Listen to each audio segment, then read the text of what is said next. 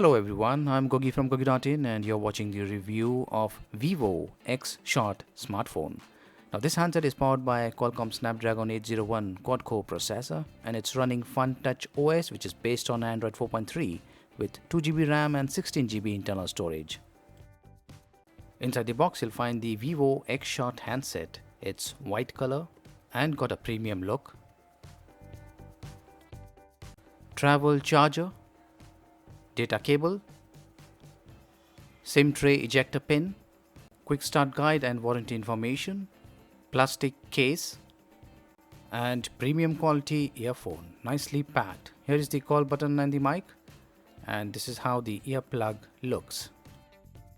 Here is the premium looking Xshot handset and it came with a factory fitted screen guard. The handset is pretty slim, comfortable to hold because of the curvy design. You can see the handset is slightly curved. It is slimmer towards the edges. The handset has got a metal frame and the non-removable back is with a matte finish. On the rear side you'll find the speaker out vent, Vivo logo in the center, and 13 megapixel autofocus camera with dual LED flash. There are dual mics for noise cancellation. This is the secondary mic and here is the primary mic at the bottom. There's a built-in battery of 2600 mAh capacity. On the front bottom you'll find the 3 touch sensitive buttons. On the top you'll find a Vivo logo, 8 megapixel front camera, in-call speaker, sensors, and this is the LED flash for the front camera. 3.5 mm audio jack is placed on the top. At the bottom you'll find a micro USB port.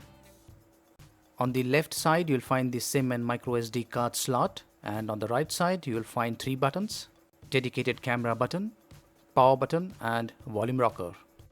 The weight with battery is 149 grams and the handset is 8.07 mm thick. Use the pin to eject the SIM tray. This tray can house a single micro SD card and a single micro SIM. And now let's power on this device. This handset is running FunTouch OS, which is based on outdated Android 4.3. Color reproduction looks really good, touch is very smooth and responsive, and the performance is pretty fast. The dedicated navigation buttons, they do not light up. There is an OS update available, we'll update it later on. This handset sports a 5.2-inch IPS screen supporting 1920 by 1080 pixels resolution, and the viewing angles looks pretty good. It's running customized OS. You'll find a lot of changes if you've used the Android phone before. 4G is supported, and these are the language options. Hindi language is not supported. There is smart motion with these options, smart wake, air wake, etc. You can also use multitask window. Once enabled, you'll find this icon floating on the screen with these options. There is glove mode, Wi-Fi, Bluetooth, and GPS. Handset comes packed with 16GB of internal storage. You'll get around 2.7 GB for apps. Of the 2GB RAM, you'll get around 0.96 GB free on the first boot. Internal phone storage space is 8.82 GB. There is LED notification and you can use it with these options. You'll find the built-in iManager security application with power manager and privacy option. The handset comes loaded with a single theme. You can also download more themes online. As already mentioned, this handset is using a customized OS and the interface is slightly different. If you look here, there is no quick options to enable or disable features. You'll have to go to the settings option. The quick setting options have been shifted below. If you press and hold the home button, you'll get these options here.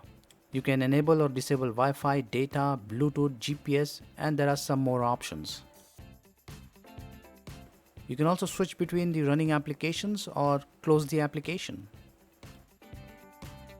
On the lock screen, you'll find this graphics on the bottom. If you drag it down, you can select the images, still images or animated images. The lock screen also gives you an option to control the media player. Here is the media player. Or you can also launch the camera application directly. OTG is supported. I have connected an OTG pen drive and it works. And now let's check out the camera application. This application is also customized. It is somewhat different to what we have seen on the other Android handsets. Here are the different modes. There are some new options like pose. This is a reference outline on the screen to help you shoot better images. There is watermark option and you can also set up the text. Rear camera is 13 megapixel in 4:3 aspect ratio. Front camera is 8 megapixel and the rear camera can shoot 4K videos. Drag the camera icon slightly to the left and you'll get the Pro mode. This interface is similar to as seen on the Nokia Lumia handsets. You can manually control a lot of options including manual focus. There is a dedicated camera button.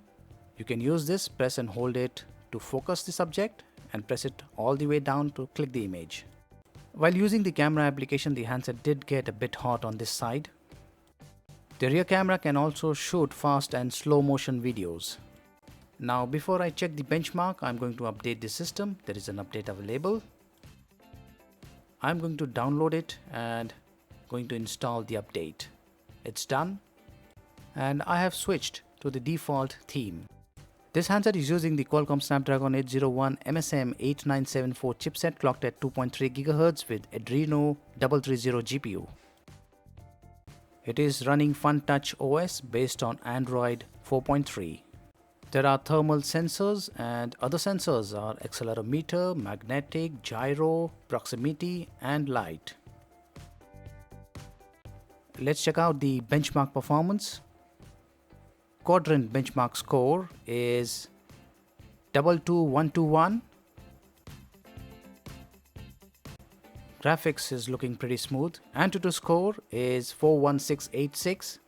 It's getting hot on the backside. Vilamo Metal 1482 multicore 1806 browser was taking a lot of time, so I ignored it. Nina Mark II is at 60.9 FPS and this handset supports 10-point multi-touch. This handset is powerful and it can easily play a lot of games. Asphalt 8, this game got installed on the external storage set to the highest visual quality. The gameplay of course is pretty smooth. The Vivo Xshot is using the Qualcomm Snapdragon quad-core processor. The performance is pretty smooth. There is 2 GB RAM and 16 GB of internal storage. OTG is supported and you can also install apps on the external storage. The rear camera is 6 lens 1.8 aperture that works really great in low light conditions. Do check the sample images and 4K video shot using this handset on my website. The battery can be fully charged in about 3 hours. And on a full charge you can expect about 3 to 6 hours of continuous moderate to heavy usage. The Vivo Xshot is a very good handset with an excellent camera, priced at approx rupees 30,000. If you like this video, do hit the like button and don't forget to share.